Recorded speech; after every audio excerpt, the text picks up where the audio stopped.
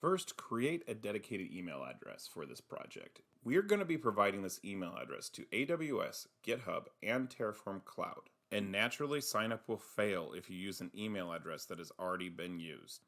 Anything Scaffoldly creates will be attributed to this email address. For this demo, we're going to be using scaffoldly.demo@gmail.com. If you haven't already, purchase a domain for your project. For this demonstration, we've bought scaffoldly.xyz. Go ahead and create a new GitHub organization for this project. The automation in Scaffoldly will automatically create repositories here. Use the email address you created for this project.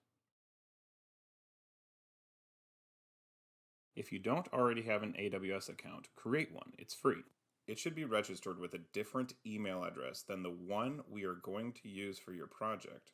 This AWS account will be known as the root account. Scaffoldly will create a sub-organization to keep everything separate. For Scaffoldly to automate SSL certificates and subdomains, you'll need to host the domain for your project in Route 53.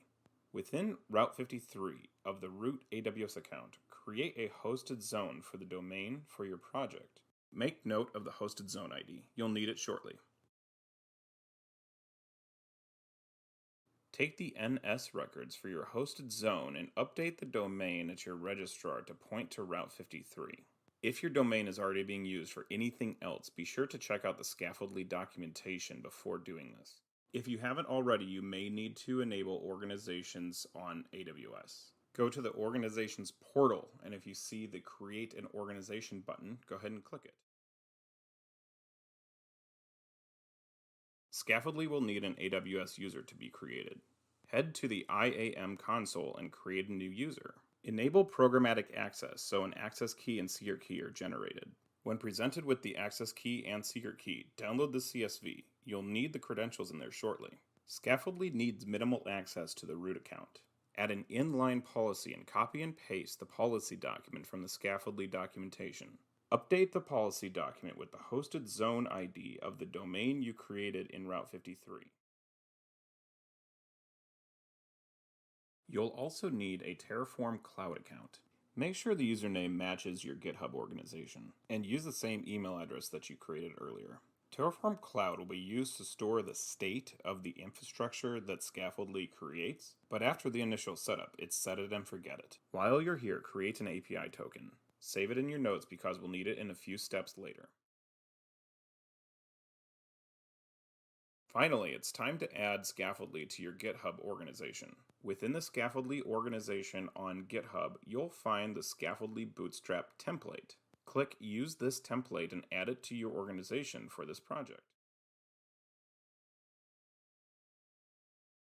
Scaffoldly will need a GitHub token so it can create and manage GitHub repositories within your GitHub organization.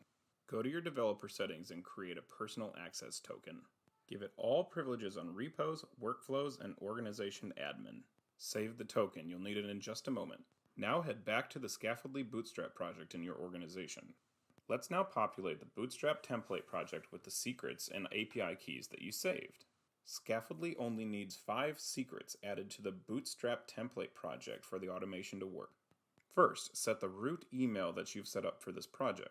Second and third, add the AWS access key and AWS secret key you downloaded earlier. Fourth, add the GitHub token you just created. And finally, the Terraform token you created earlier.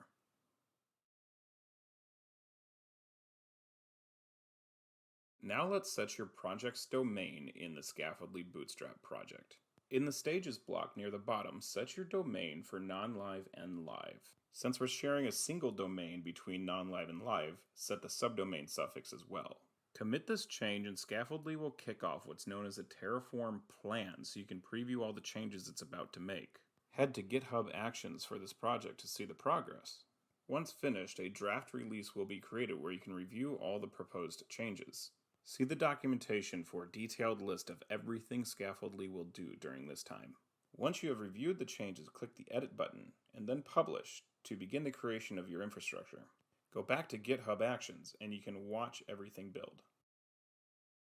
During bootstrapping, Scaffoldly configures Amazon's simple email service so your projects are able to send email to the outside world, such as email verification tokens. Check the inbox of the dedicated email address for this project for 2 verification emails from Amazon SES. Click on the links so your projects can now send email.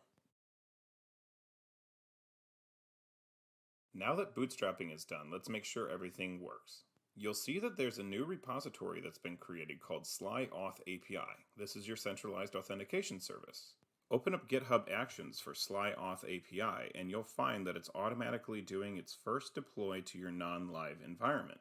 Authentication is a core part of any project. However, we've given you a full functioning starter project so you can update and change your authentication requirements over time.